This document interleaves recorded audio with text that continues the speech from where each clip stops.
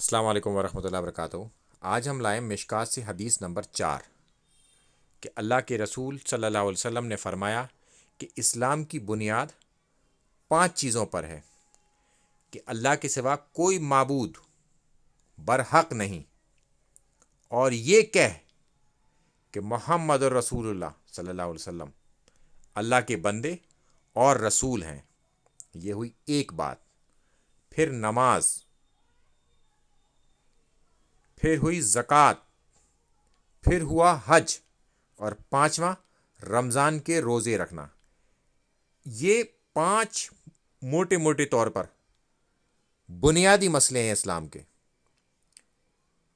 कि पूरा इस्लाम इन 5 बातों पर खड़ा हुआ है और बाकी चीज़ें इसके इर्द गिर्द घूमती हैं।